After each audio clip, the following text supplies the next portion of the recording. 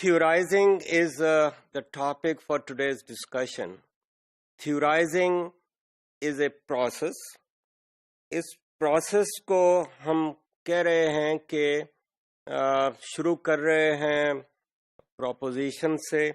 सो theory की अगर definition पे जाएं वापस तो हम यही कहते हैं कि theory is a set of propositions that are connected with each other, and for this connection there is a logic for it, and this theory helps in the interpretation of the reality, and also it predicts the reality, and that reality is of interest of the researcher or the person who is interested in that particular phenomenon.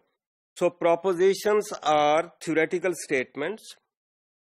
These are created, these are constructed by the individuals, by the specialists, by the academicians, by the researchers, or by anybody. Construction, creation of proposition is a process, is not something which is turning switch and on and off.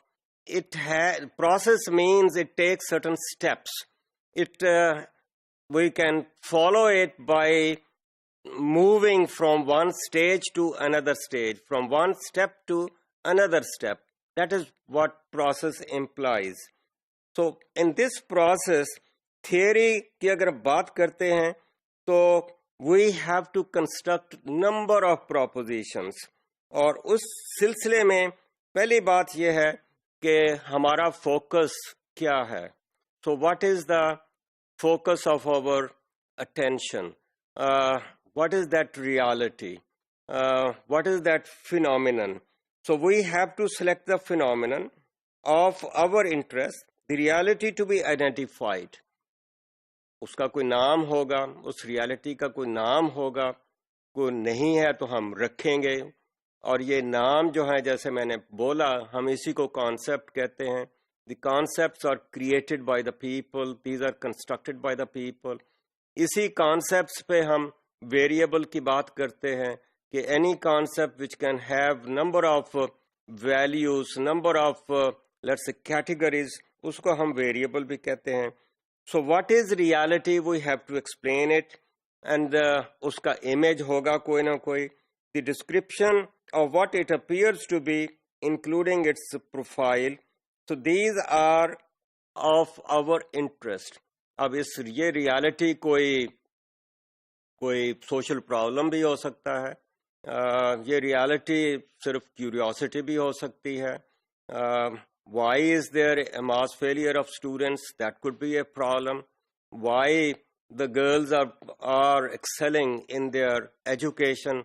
That could be a curiosity as well.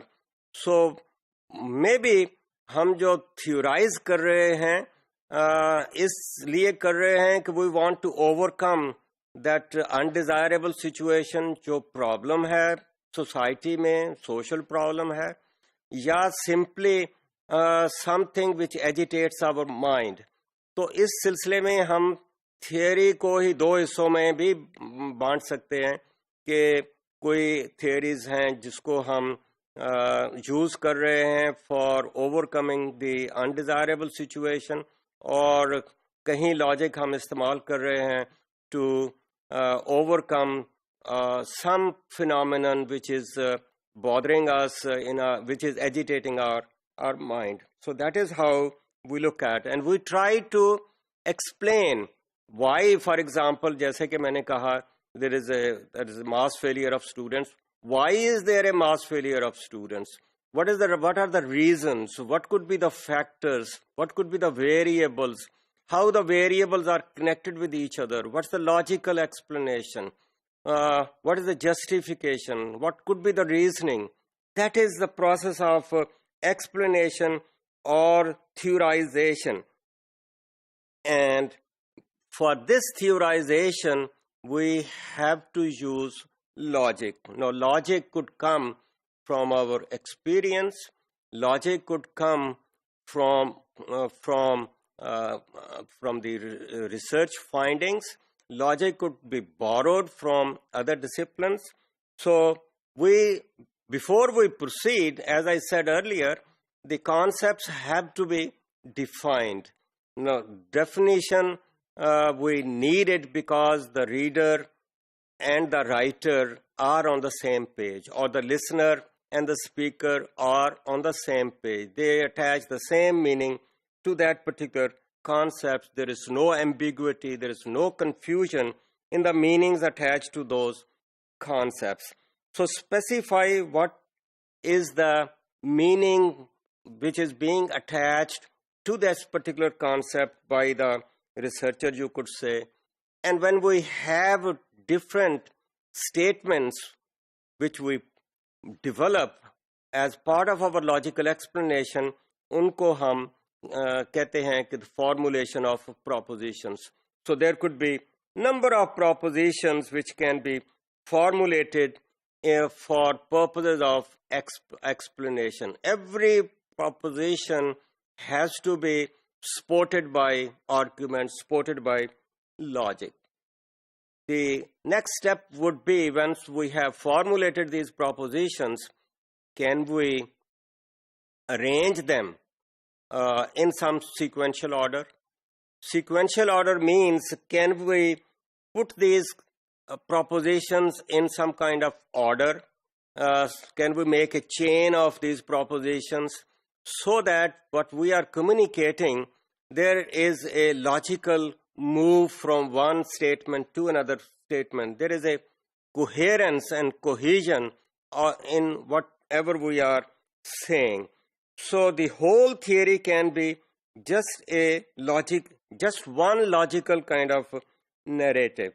So these propositions are developed meaningfully, connected with each other, and this is basically the definition of theory. These are the steps with respect to the formulation of theory. Now, this is a different story, whether that theory can be tested, proven with evidence, or it is not proven by evidence.